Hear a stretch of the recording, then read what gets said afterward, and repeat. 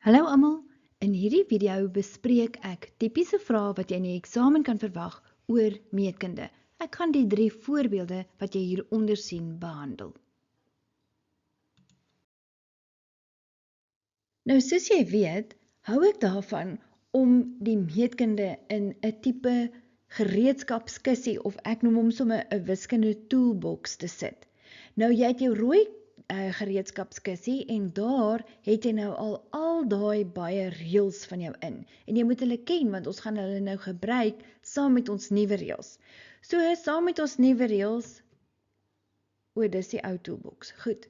Saam met ons nuwe reëls het ons nou nuwe toolboxie. En ons het gelykvormige driehoeke en daar is die simbooltjie vir gelykvormige driehoeke en ons kan hoeke gelykvormig bewys as ons 3 hoeke gelyk kan bewys, of as ons kan bewys dat die sye in verhouding is, in dieselfde verhouding, dan is ons driehoeke gelykvormig. Dan het ons ook geleer van kongruensie, en daar sien jy nou die teken vir kongruensie, en daar is 4 voorwaardes. Dit kan wees sy wat gelyk is, sy ingeslote hoek sy, hoek sy of skuin sy 90 grade hoek en sy. Kom ons gaan delf nou in die sommetjies. Vraag 1. Bewys dat driehoek MNO kongruent is aan driehoek NOP. Nou goed, kom ons kyk wat is vir ons gegee. Ons sien met die streepietjies, die groen streepies, dat MO en NP is 2 sye wat gelyk is, en daardie sye staan teenoor die reghoekige driehoek se regte hoeke. So ons weet ons het eintlik te doen met 2 reghoekige driehoeke.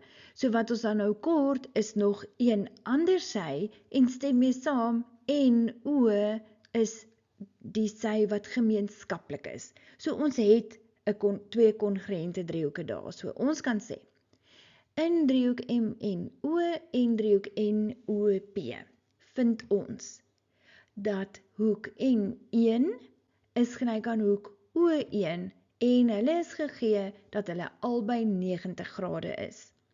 Dan het ons ook die 2 skuinsye, want hulle staan teenoor die regte hoeke.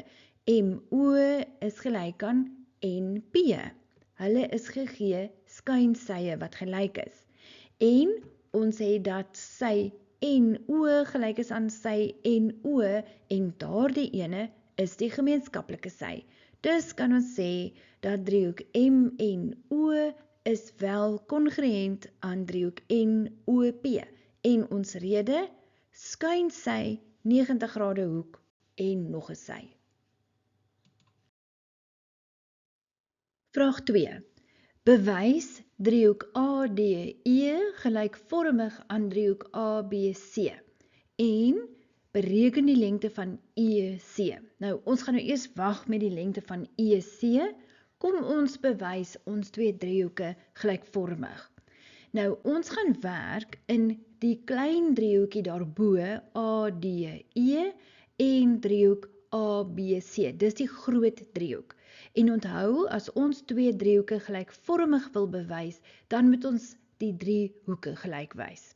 Nou die eerste een wat ons kan sien is dat hoek A is die gemeenskaplike hoek van albei driehoeke. So daarom kan ons sê A is gelyk aan A en ons rede dis die gemeenskaplike hoek. Verder kan ons gaan en ons kan sê dat hoek D1 is gelyk aan hoek B. Nou waarom kan ons dit sê? Want ons het dat DE is ewewydig aan BC en D1 en B, daardie 2 vorm ooreenkomstige hoeke. So ons rede ooreenkomstige hoeke. Dan het ons nou nog ons derde hoek oor. Dit is dan hoek E1 wat gelyk gaan wees aan hoek C. En ons kan of sê dis ooreenkomstige hoeke gelyk omdat DE ewewydig is aan BC, of ons kan net doeteenvoudig sê dis die derde hoek van die driehoek. Daarom kan ons gaan en sê, driehoek ADE is nou gelykvormig aan driehoek ABC en ons rede hoek, hoek, hoek. Nou die tweede gedeelte van die vraag vra nou die lengte van EC. Dit is daardie stukkie daar. Nou ons weet mos, as gevolg van gelykvormigheid kan ons die verhoudings van die sye neerskryf.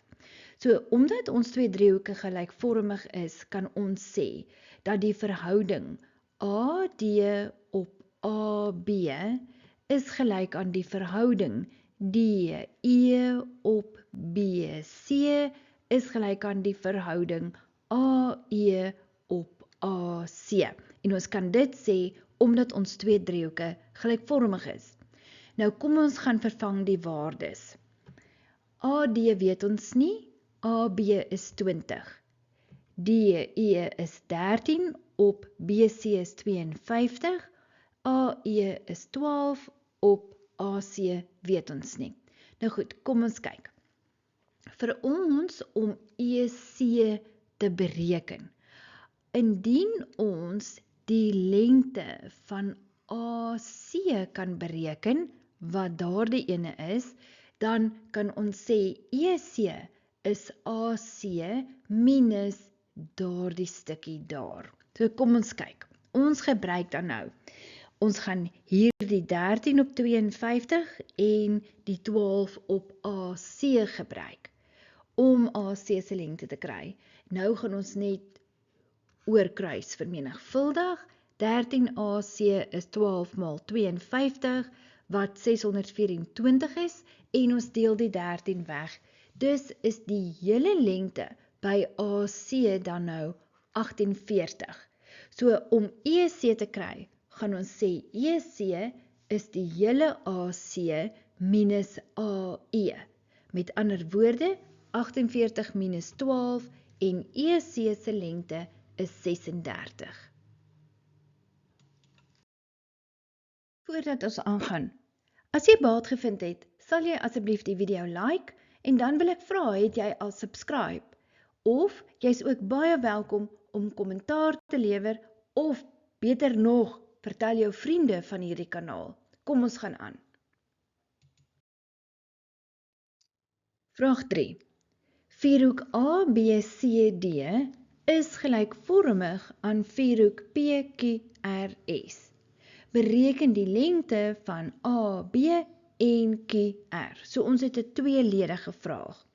Nou, omdat dit vir ons gegee is dat vierhoek ABCD en vierhoek PQRS gelykvormig is, kan ons dadelik gaan en skryf dat sy AB op sy PQ, die verhouding, is gelyk aan die verhouding BC op QR, is gelyk aan die verhouding CD op RS, is gelyk aan die verhouding AD op BS, omdat ons twee vierhoeke gelykvormig is. Nou goed, nou om vir AB te kry, nou gaan ons net so bietjie hierdie enetjie fragmenteer en ons sê AB op PQ is gelyk aan AD op PS. So ons het daardie enetjie en daardie ene gebruik. Nou kan ons van ons lengtes in vervang. AB is wat ons wil bereken, PQ is 10, op AD is 3 en PS is 7,5. En dan gaan ons oor kruis vermenigvuldig en ons kry AB gaan wees 3 op 7,5 maal 10 en die antwoord AB is 4. En dan die tweede gedeelte van ons vraag was, hulle wil weet die lengte van QR, so uit die aard van die saak gaan ons nou sommer een gebruik wat QR in het. BC op QR is gelyk aan, en ons vat sommer daai, CD op RS. Kom ons kyk. BC is wat ons weet, dis 2,4, QR is wat ons wil weet, is gelyk aan, CD is 6 en RS is 15.